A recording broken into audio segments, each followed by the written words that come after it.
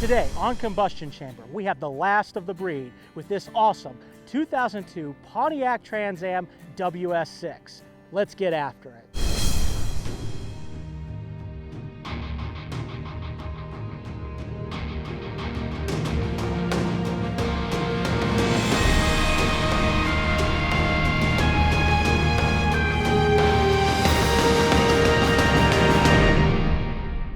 Welcome back to Combustion Chamber. On today's episode, we've got this 2002 WS6 Trans Am, and I absolutely love the FBody.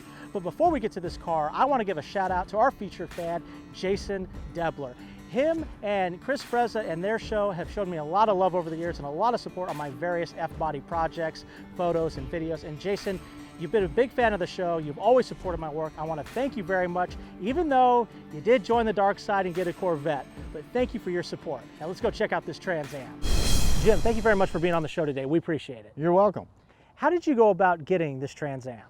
Well, I'd seen one in '98 and fell in love with the body style of it and said then that I was going to get one. A few years later, I was able to acquire this one over at Tampa. This one was sitting on the trailer, freshly delivered, bought it over the phone, picked it up the next day. Since getting this Trans Am, what modifications have you made to the drivetrain? As far as the drivetrain, it's still an automatic transmission. As far as the engine, I've done some upgrades there. I changed out the cam in it, changed out the heads, and added some headers. As far as interior is concerned, what modifications have you made there? A lot of it's just simply cosmetic stuff. I did some embroidered headrest on it, did some overlays on the dash to give the overall bland black color some pop. A few years ago, our club was fortunate enough to invite the Pontiac advertisement guy, Jim Wangers, down that did the ads in the 1960s. If you've seen any of the GTO Tiger commercials, that's the man. He's the one that signed my sun visor in my car. Why don't you say we get this on the road? Let's go.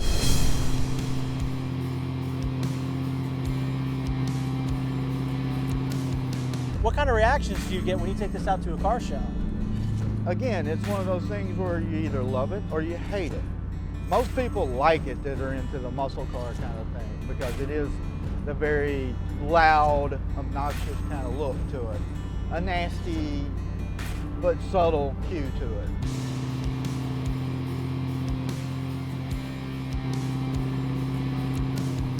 Now you've modified this car quite a bit, which we can clearly hear that. What all have you done to it?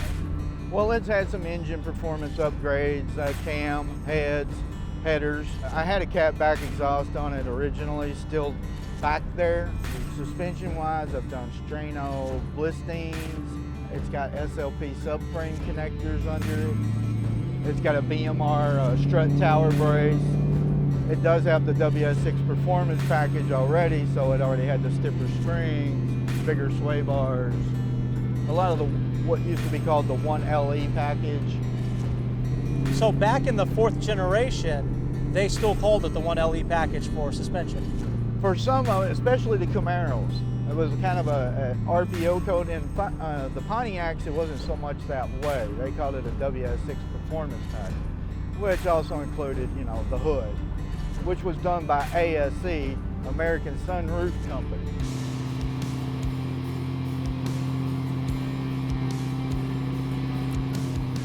On the exterior, when people see you going down the street, what cosmetic things have you done? Other than what they call the blackbird stripes on the hood, I did some overlay decals on, because the original decals on the car door are the same color as the color of the body of the car. So they kind of get lost. I went with a silver theme. I always kind of liked the silver and red 3rd gens. I thought that was a really cool look, so I kind of stuck with the silver.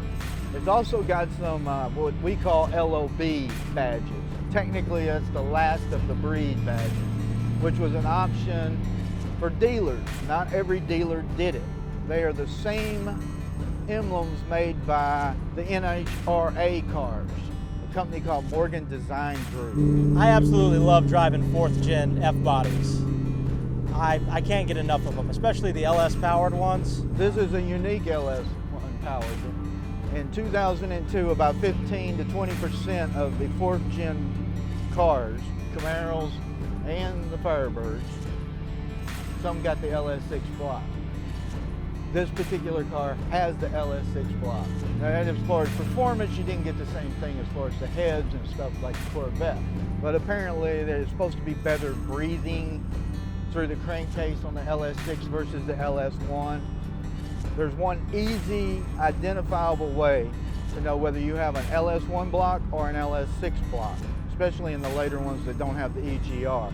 There's a little bullseye to look for up on the block, on the front part. If you don't have the bullseye, you got an LS6 block.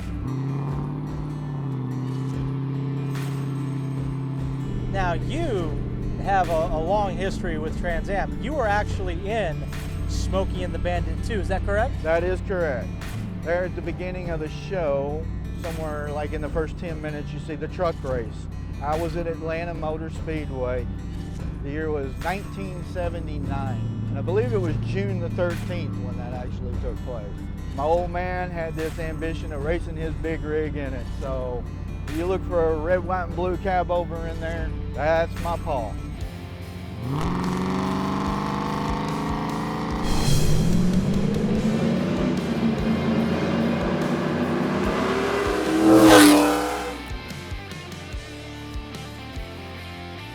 Driving this 2002 WS6 Trans Am brought me back to my car roots today.